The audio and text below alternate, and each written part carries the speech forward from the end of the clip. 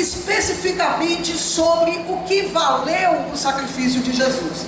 A gente sabe que Jesus veio, no geral, morrer para que nós não tivéssemos que morrer.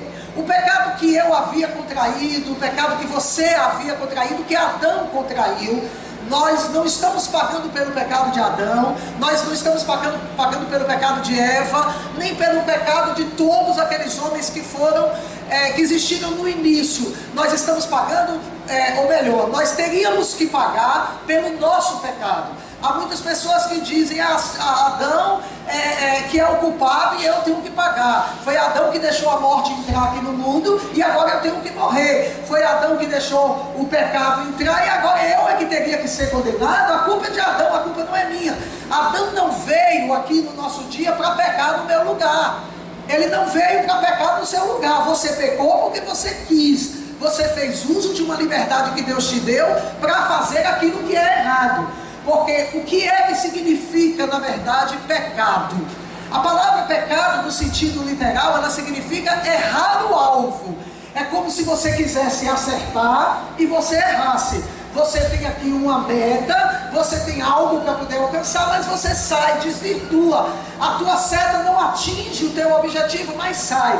Aí você pode dizer assim, não, se eu saio para pecar consciente, minha seta vai atingir você, ou seja, mas não é o que é certo fazer. Deus estabeleceu na humanidade, implantou na humanidade as coisas boas, as coisas certas, mas o homem decidiu errar o alvo que Deus estabeleceu, então ele erra o alvo. Nós erramos porque temos consciência do que estamos fazendo mesmo. Às vezes escorregamos, às vezes a gente não planeja exatamente fazer algo de errado, mas no meio do caminho a gente acaba saindo daquela meta, então a gente acaba fazendo com que a seta erre o alvo. Então pecado é isso, errar o alvo é acertar, e você erra, você tira a seta da sua direção, você muda a direção. E nós sabemos que então nós pecamos, nós é que resolvemos desobedecer, fomos nós que resolvemos seguir o nosso próprio caminho, não ouvir o conselho do Senhor, não seguir o direcionamento que Deus escolheu. Eu decido tomar essa decisão, eu decido pecar. Então eu sou o responsável pelo meu pecado, ninguém vai ser responsável. Por isso, a Bíblia diz que o filho não herdará a iniquidade do pai, nem o pai herdará a iniquidade do filho. Cada um será condenado pelo seu próprio pecado. Por isso é que cada um será justificado pela decisão que tomar certa. Eu sou responsável pelo meu erro, então eu preciso pagar pelo meu erro. E nós vimos que a justiça de Deus, que é perfeita, é reta, ela diz que a alma que pecar, essa morrerá. Cada um paga pelo seu pecado com a sua própria vida. Jesus então veio para fazer essa substituição. Fui eu que pequei, mas foi Ele que pagou o preço. Fui eu que desobedeci, mas foi Ele que viveu a vida que eu não quis viver, para que a vida perfeita dele bastasse pela minha imperfeita, bastasse pela minha imperfeição. Então Jesus veio para morrer no meu lugar. Eu contraí uma dívida com Deus, Jesus veio e pagou essa dívida. O que acontece é que Deus disse que essa dívida de salvação, de vida, só podia ser paga com vida. Ou seja, a vida, simbolicamente ou literalmente, que não é só isso, mas a vida, a Bíblia diz que está no sangue. Então, se eu retirar o sangue das minhas veias, eu não vivo, eu morro. Então o que acontece? O Senhor diz, a alma que pecar, essa morrerá. A vida é simbolizada pelo sangue. Então, sem o derramamento de sangue, não há remissão de pecados. É vida por vida. Isso é o que estabeleceu a lei do Senhor, estabeleceu a justiça do Senhor. Eu pequei, eu mereço morrer. A alma que pecar, essa morrerá. A minha vida vai pagar pelo meu pecado. Então eu precisaria derramar o meu sangue, perdendo a minha vida, para que eu pagasse o meu pecado.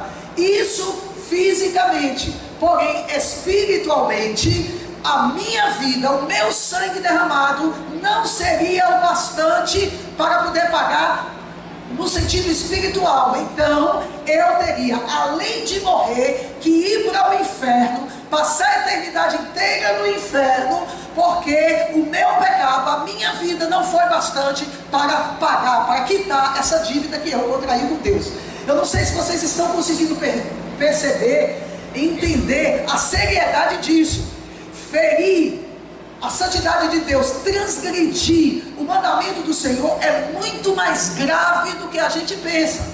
É como se dissesse assim: um homem mau, um bandido, alguém, um infrator aí, uma pessoa perversa, vem e mata um filho seu, um pai seu, uma mãe sua, alguém que você ama demais, e você quer justiça com aquilo ali, com aquela pessoa. Então você, o desejo da nossa carne, ou então nosso entendimento, a gente vai concluir o seguinte: ele matou, ele tirou a vida, então ele também tem que morrer. Ainda que na nossa lei, aqui na nossa nação, não exista a pena de morte, mas o primeiro desejo que brota no teu coração é que ele pague com a vida dele também. Ele matou, ele tem que morrer. Mas pensa direitinho, ainda que essa pessoa morra, devolve a vida de quem ele tirou? Ele vai devolver teu filho, tua mãe, teu pai, teu irmão, tua mulher, teu marido, quem quer que seja? Vai devolver? Não vai. Então ainda que ele morra, dentro de você não aquieta. Você ainda continua com aquela coisa, aquela tristeza, e assim ainda foi muito pouco a morte daquela pessoa. É por isso que muitos aí fora, quando pegam assassinos, eles lincham e torturam, e aquele ódio, descarrega o ódio, depois mata. Mas ainda assim, se aquela pessoa tivesse 1000 vidas, eles queriam torturar as 1000 vidas, porque ainda não satisfaria o desejo da vingança, aquela necessidade de que se pague o preço do mal que foi feito.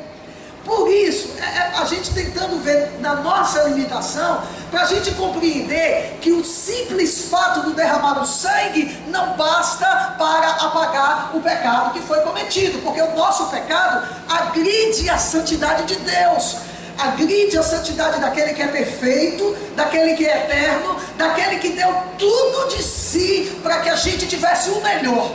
Ele deu o melhor dele e a gente cuspiu naquilo que ele nos deu. Ele estabeleceu um caminho perfeito para a gente trilhar, e a gente decidiu errar o alvo. Aqui o alvo é esse: siga olhando para aquilo ali, que você vai ter uma vida perfeita. Então você cospe, você despreza, você dá as costas, e você decide tomar outro rumo. Então você erra aquele alvo, você sai daquele caminho, você agride aquele que te amou. É como também algo mais ou menos assim: um pai faz um esforço exagerado, um pai que não tem muitas condições, faz um esforço exagerado para poder comprar algo que o filho quer muito, e aí ele não consegue comprar dentro daquilo que o filho sonhou, mas ele compra dentro das suas possibilidades. Aí o filho pega aquilo que o pai comprou, o pai muitas vezes deixou de comprar algo muito necessário para ele, se privou de muitas coisas, privou a família, tudo, e com muito sacrifício compra aquilo que não é o que o filho quer, mas que pelo menos ele tenta agradar o filho. E o filho pega aquilo ali e diz assim: eu não quero essa porcaria, arruma no chão, arrebenta tudo, dá as costas e vai atrás de alguém, e dá as costas para o pai, despreza o trabalho do pai, despreza tudo e vai atrás do outro que pode dar aquilo, ainda que o outro não ame o filho, jamais tenha pagado um preço desse. Aquela tristeza que o pai sente, que ele deu o melhor que ele tinha, aquilo que ele podia dar, e é desprezado. Então esse tipo de tristeza é digamos assim, um pouquinho daquilo que Deus sente toda vez que a gente olha para aquilo que Ele deu para a gente, que foi perfeito, e a gente despreza aquilo dali. A gente olha para as bolotas dos porcos desse mundo e acha melhor e superior aquilo do melhor que foi dado para nós com todo o amor. Só que Deus, as coisas que Deus dá é muito perfeita, muito, vamos dizer assim, não dá nem para comparar com o Pai aqui da terra, porque tudo que Deus faz é perfeito, é o mais caro, é o mais sublime, é o melhor, e não existe nada melhor do que isso, mas que a gente despreza aquilo dali, e vai comer porcaria, e vai usufruir da porcaria desse mundo. Então, mais ainda direito de se sentir ofendido Deus tem quando a gente despreza o mais excelente e escolhe comer qualquer porcaria. E o que a gente faz quando a gente peca é mais ou menos isso. Então a gente feriu tanto o coração de Deus, que ainda que a minha vida fosse tirada por causa daquela agressão, ela não seria bastante para pagar a dívida que foi contraída com o Eterno. Então, a alma que pecar, essa vai morrer, vai derramar o sangue e vai morrer pelo pecado dela. Porém, o sangue dela não será suficiente para cobrir a agressão que foi feita. Então, ela terá que descer para o inferno e passar a eternidade no inferno pagando, e a eternidade não será bastante para pagar, vamos dizer assim, para cobrir a profundidade da agressão que foi feita no coração de Deus. Então, Jesus olhando, ele viu que o homem não seria capaz jamais de pagar isso, e ele amou esse homem tanto que ele desejou que esse homem tivesse uma segunda oportunidade. Então Jesus vem e derrama o seu sangue para cobrir o nosso pecado e nos resgata do inferno e nos dá a oportunidade de ir para o céu, porque a vida dele foi tão perfeita, o sangue dele foi tão puro, que seria bastante para quitar aquilo que o meu sangue derramado não dava para quitar a dívida toda. E porque não dava, eu teria que descer para o inferno. Ele então derrama o sangue perfeito, quita a minha dívida, vai para o inferno no meu lugar. Porém o inferno não podia segurar o Filho de Deus, então o inferno tem que romper, abrir as portas, e Jesus sobe. Ele desceu com a condenação minha que estava sobre ele, mas o inferno não pôde detê-lo. Então ele sobe e vai para o lugar que é de direito dele. Aí o que acontece? O que acontece? Antes que esse perfeito chegasse, essa substituição perfeita, Deus então preparou substitutos temporários para que a ira de Deus fosse segurada, aplacada, para que a justiça de Deus não viesse a efeito de imediato.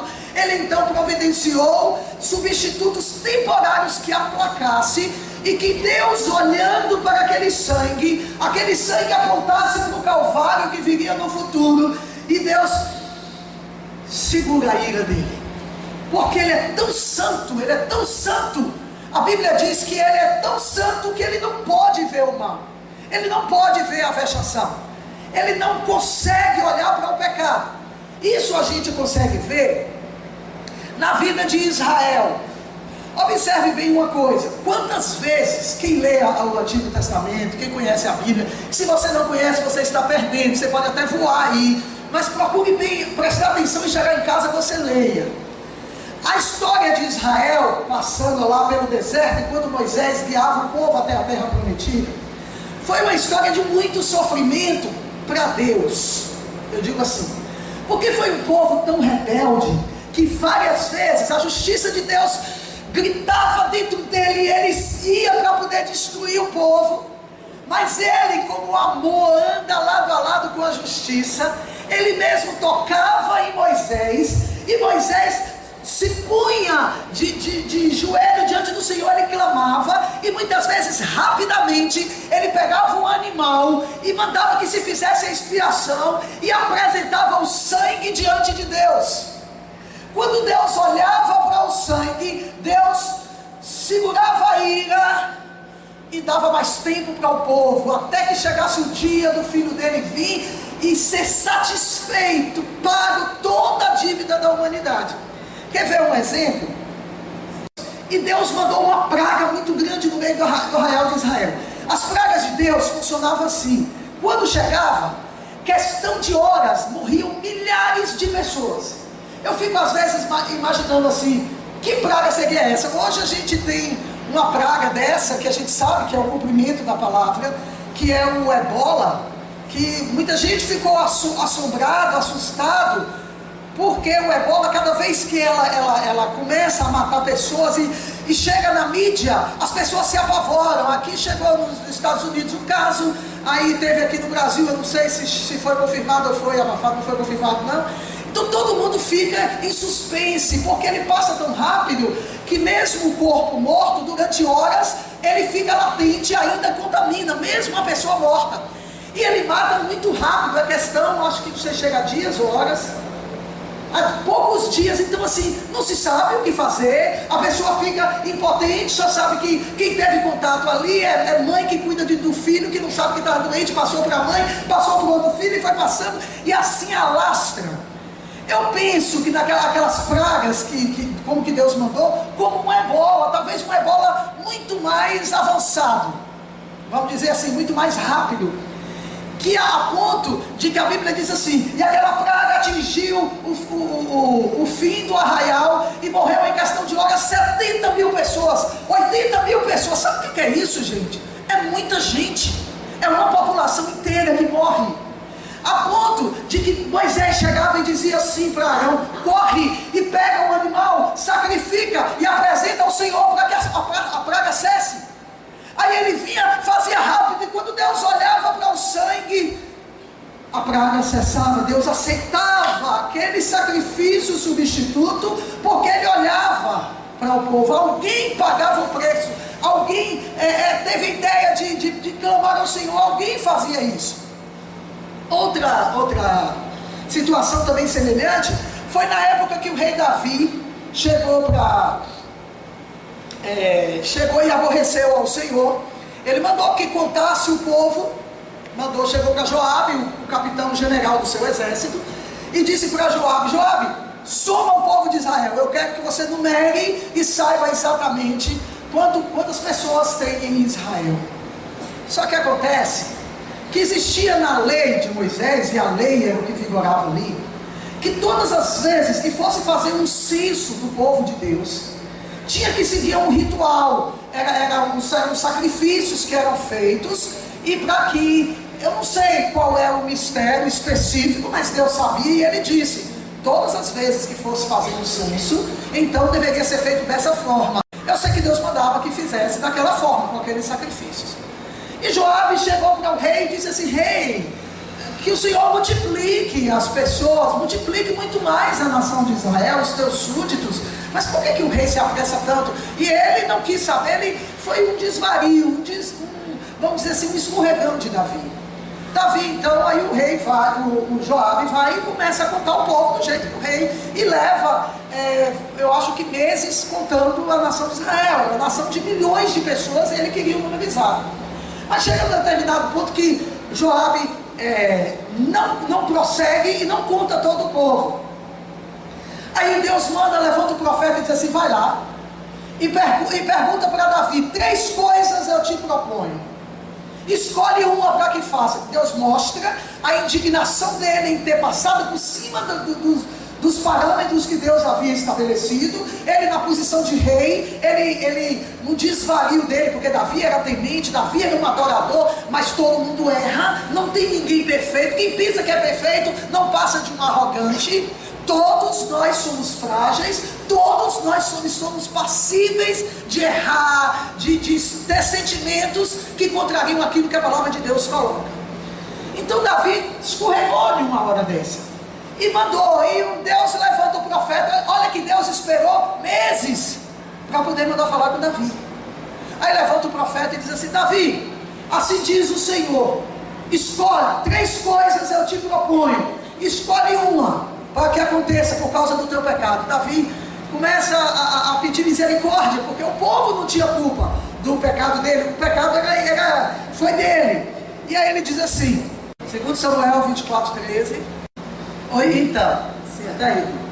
Então o profeta vai e fala para ele, escolhe aí, Davi, 7 anos de fome aqui na terra, 3 meses fugindo do teu inimigo, ou 3 dias, na verdade, vindo a peste do Senhor, ou seja, Deus diretamente castigando.